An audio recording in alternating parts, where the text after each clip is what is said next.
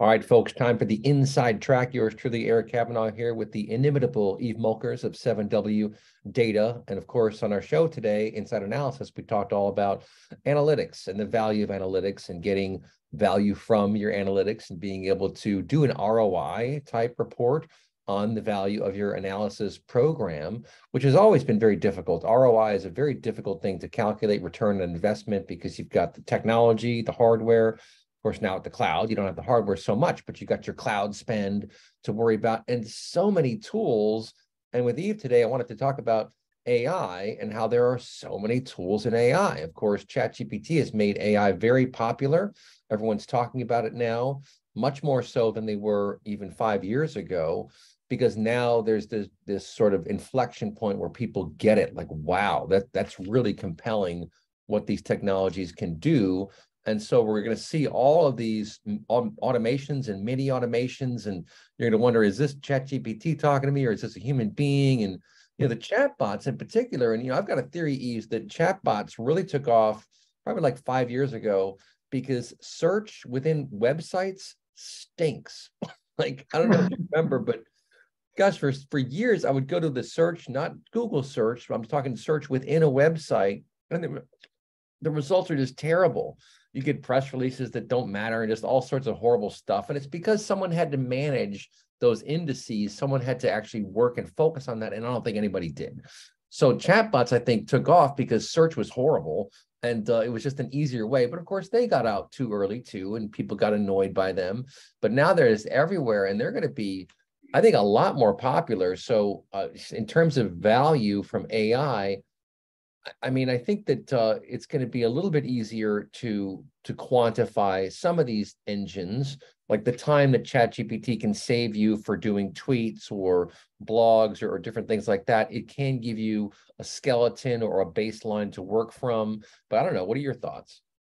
Yeah, that's where I see it going as well, Eric. Think it's the contextualization of all the information what you have, and we're so used to exchange information as a human being by talking to each other, and by refining your question if the opposite party doesn't really understand what you're asking. And that can be because you don't have the background and you don't know anything about the industry or the topic that the other party, what you are talking about, and the other party is not informed about that. So if you can contextualize it in a better way, that's very important. And that's why you see the prompt engineering where it's coming as well. So if you don't feed ChatGPT, for example, or the large language models, the right context and say what you're trying to achieve, you don't get the right answers. So that's a very important thing where we need to go.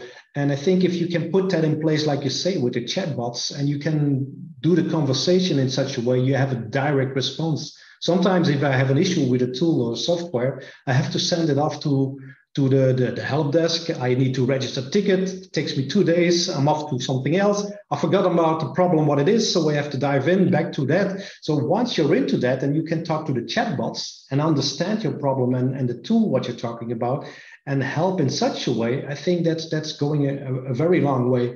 For example, as well, if you're talking to your insurance company, they get 80% of the time same type of questions, but from a different perspective. So if you can have a chatbot which is more intelligent and help you and guide you and improve your experience with the other party where you're talking to, and the other party, in this case, a chatbot or just an insurance company, that improves your experience with the vendor as such. And I think that's where we can go in such a way that we will become more happy in the services, the type of services what we get at a higher response rate, and that's where I see that definitely it's going. And that's only just for the customer experience. If you see, for example, if you're writing codes and you can apply the templates and the structures and building classes to write code always in the same way, your quality goes up.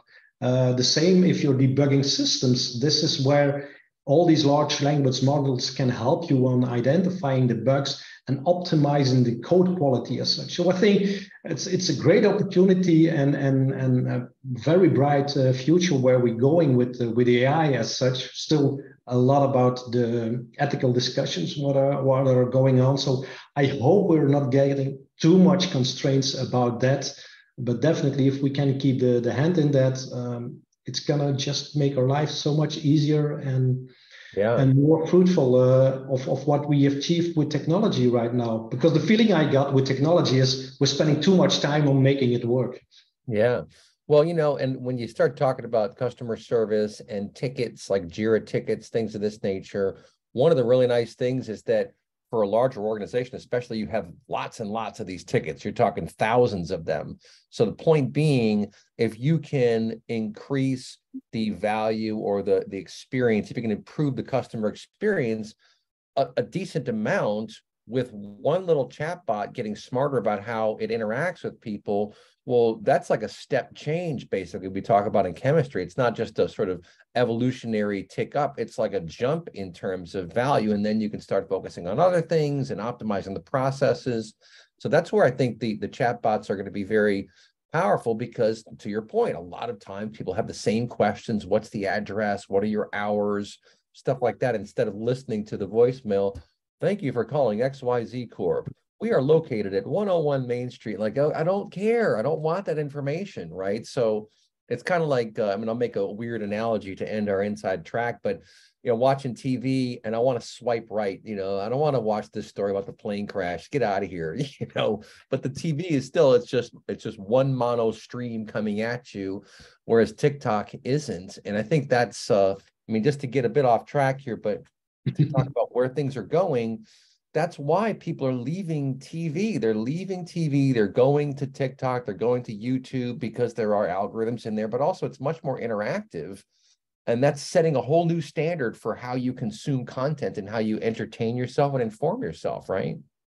Yeah, it's like you say, it's getting the right content, what you really want to see. And I always had a problem with YouTube, for example, because I have a big interest in everything related to data, but as well into music. So one time I was looking too much at ChatGPT, so I got only ChatGPT stuff, and the other time I got only DJs. But now it's trying to balance out, and I get that unique kind of combination between music and the technology stuff. And so there you see they're optimizing their algorithms as well to give me indeed what I really want to like, and not the one or the other, but just a mixture, which is kind of right of what I want to see, and then get better engagement and having me stick longer on the platform as such, because that's definitely their intention, to keep you there and serve you more ads.